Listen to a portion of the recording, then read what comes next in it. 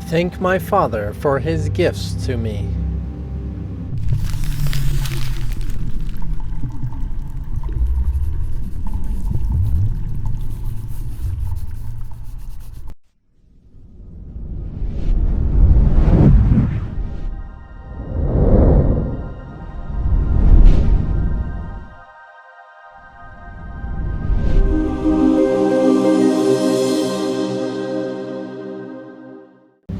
I know that we still have a little bit of a struggle sometimes with this idea of, say, God, and even as my Father and his.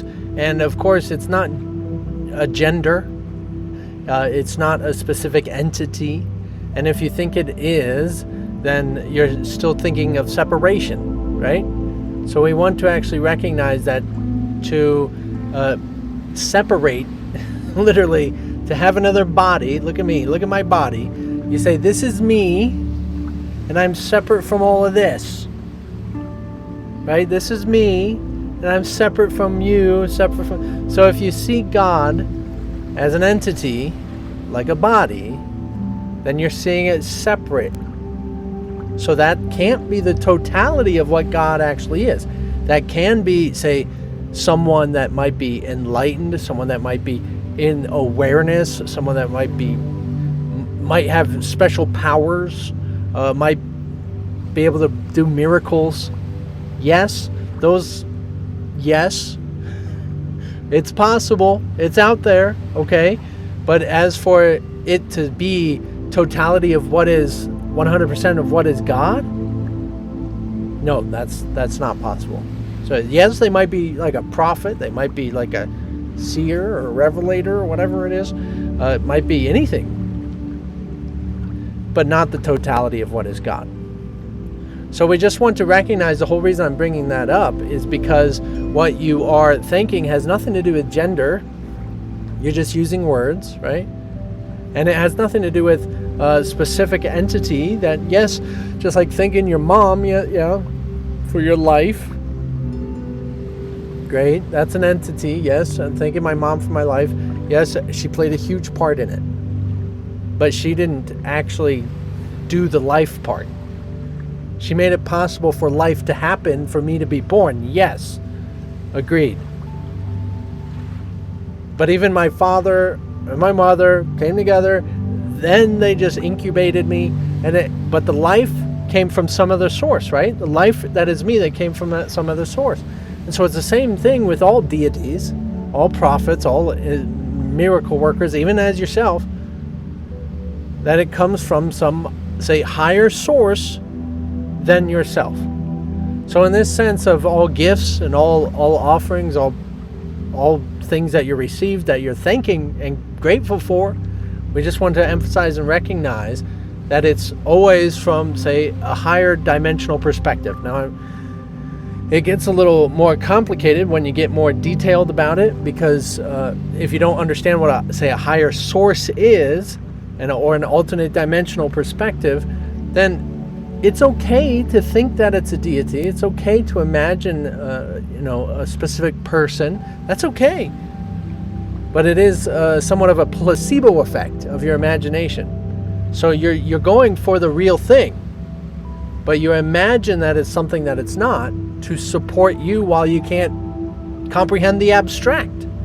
When you can't comprehend the huge actuality of what it is, you might call it a father, you might call it a source, you might call it a thing, you might you might call it a deity, you might call it a specific person.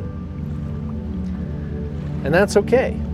That will help you. Even in the Course in Miracles, right? Even they say, as Jesus has said, you can even imagine me walking with you, holding your hand. That's okay, if that's what you need. But it is an illusion of your mind, very much obviously.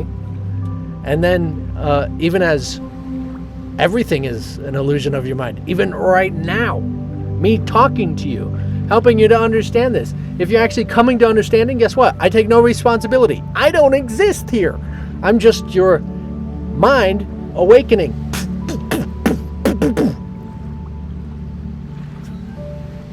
So it's a pretty interesting thing. But yes, absolutely, be grateful.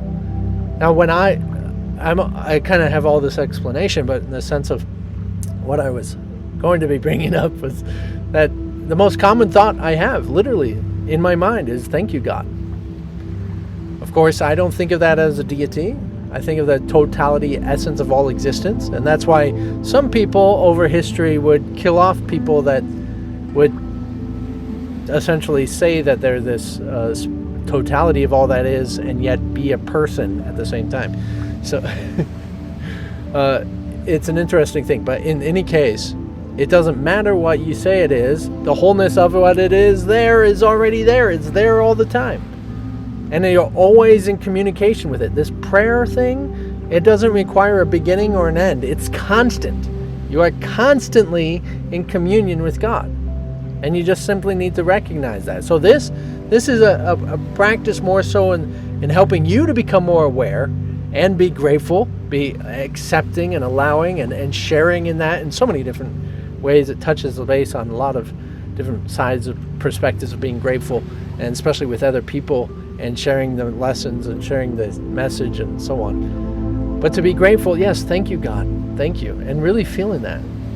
And looking at whatever you're looking at, and just knowing that it doesn't matter if it's an illusion or not. It doesn't matter if it's real or not. It absolutely makes no difference. A lot of people get caught up in A Course in Miracles saying, oh, I shouldn't be grateful for the world. It's an illusion. Illusions don't exist. And that's not A-L-L. That's illusions don't exist.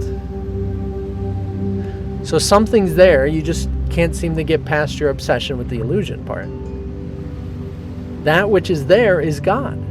God is always there. God is here right now, always here right now, everywhere, in everywhere. When you think it's separate, yes, you're going to have problems with it. You're going to have difficulties with different people. Yeah. But when you realize that you can only be talking to God, you can only be working with God, you can only be dealing with God everywhere you go, all your problems are solved. You're recognizing that yes, they might keep on the facade and play the game for some time, but you are still and always have been in communion with God.